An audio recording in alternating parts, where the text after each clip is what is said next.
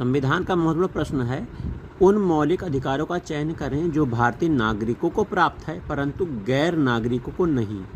मौलिक अधिकार चयन करना है। पहला, भाषण और अभिव्यक्ति की स्वतंत्रता। दूसरा, कानून के समक्ष समता। तीसरा, अल्पसंख्यकों के अधिकार। चौथा, जीवन स्वतंत्रता का संरक्षण। तो केवल भारतीय नागरिकों को प्राप्त है, उन्हें हमें चयन करना है।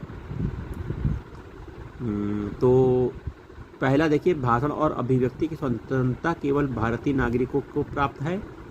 कानून के समक्ष समता, ये दोनों लोगों को प्राप्त है, भारतीय और विदेशी दोनों लोगों को प्राप्त है।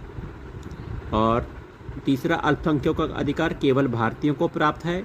जीवन और स्वतंत्रता का संरक्षण, ये भारतीयों और विदेशियों दोनों को प्राप्त है।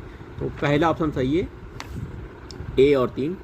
आइए व्याख्या देखते हैं। भारतीय संविधान के भाग 3 में वर्णित मौलिक अधिकारों के तहत अनुच्छेद 19 भाषण और अभिव्यक्ति की स्वतंत्रता तथा अनुच्छेद 29 अल्पसंख्यकों के वर्गों के संरक्षण मात्र भारत नागरिकों को प्राप्त है।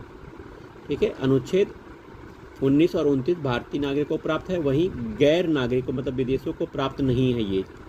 जबकि अनुच्छेद 14 कानून के समक्ष समता का अधिकार, अनुच्छेद 21 जीवन और स्वतंत्रता का संरक्षण भारतीय नागरिकों और विदेशी नागरिकों दोनों व्यक्तियों को प्राप्त है।